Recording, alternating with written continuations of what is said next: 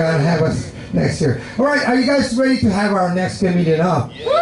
All right. He's an American like you guys, like you. Yeah. Let's find out more about him when he comes up. Let's bring up to the stage, Steve Gallen.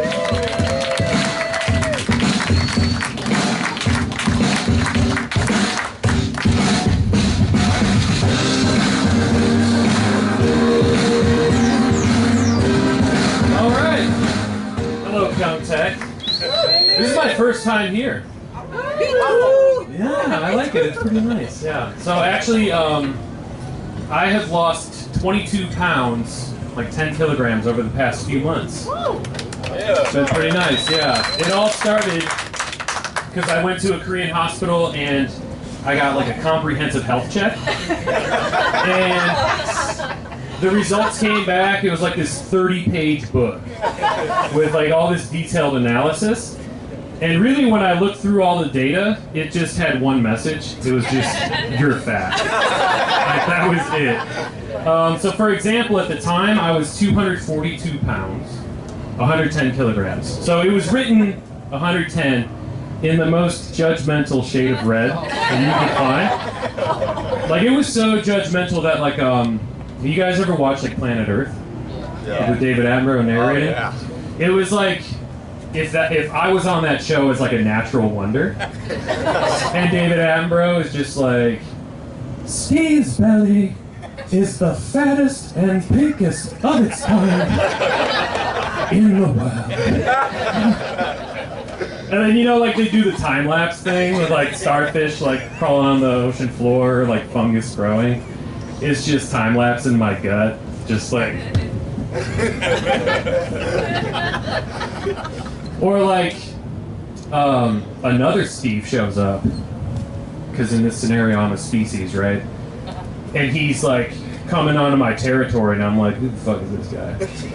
And I'm like staring at him, and David Attenborough's like, arrival. And then, you know, when the Rams bash their heads together, the two Steves come together, we just smash our guts together, just like. So that's how judgmental that shade of red was in the health check about my weight. But I was like, you know what, it's not actually a big deal. I don't need to lose weight. That's just Korean standards. Like, it doesn't apply to my body. I was like, whatever. But the health check also did show that I actually have gout. Does anyone know about gout? Yeah. For those who don't know, in Korean it's tongpung. And for those who don't know, it's like this painful arthritis that you get in your foot. Yeah, and it comes from eating too much red meat and drinking too much alcohol. So basically from just being a fat piece of shit. Like, that's how you get it. It's known as the disease of kings because some famous examples of people who have gout are like Henry VIII and Kim Jong-un. Just like textbook fat fucks.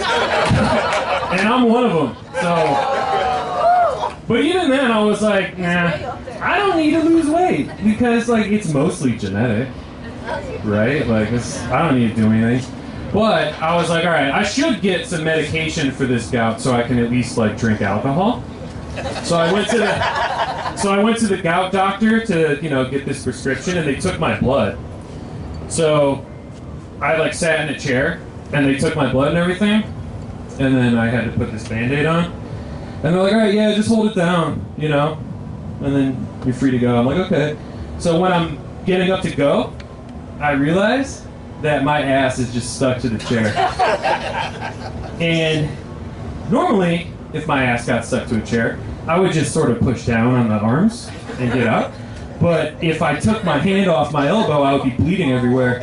So I was just like, just did this pathetic little squirm. I got out, but then I was like, all right, I'm out here getting stuck in chairs. I think the evidence is kind of stacked against me. So I decided to lose some weight.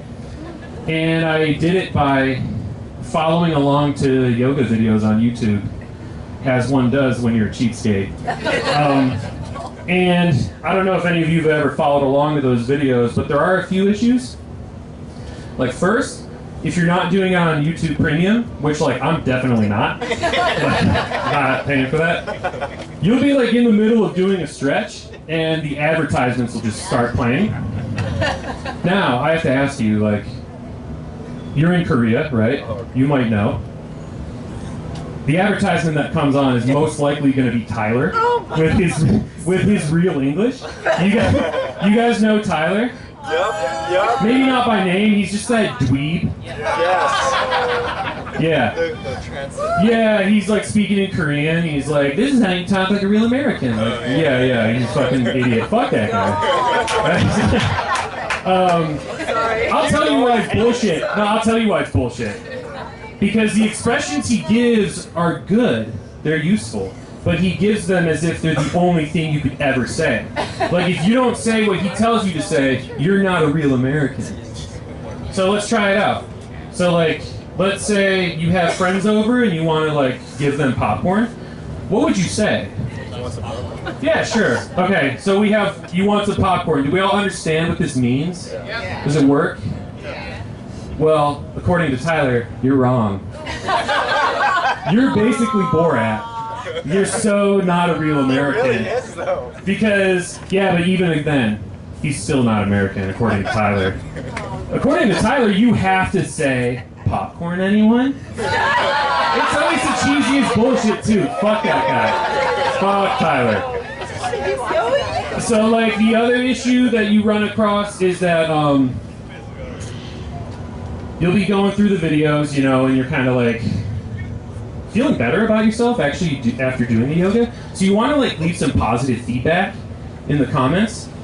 So you go in and it's just foot fetishists, like leaving timestamps for like where to pause. They're like, yeah, 12:05, bro. And you're like, so then it makes me wonder what would happen if David Attenborough were a foot fetishist and he were commenting in there. He'd probably be like, "Put those little piggies in my mouth and watch me go wee, wee, wee all the way home." All right, I'm Steve Gallis. Thank you for your time. Have a good night.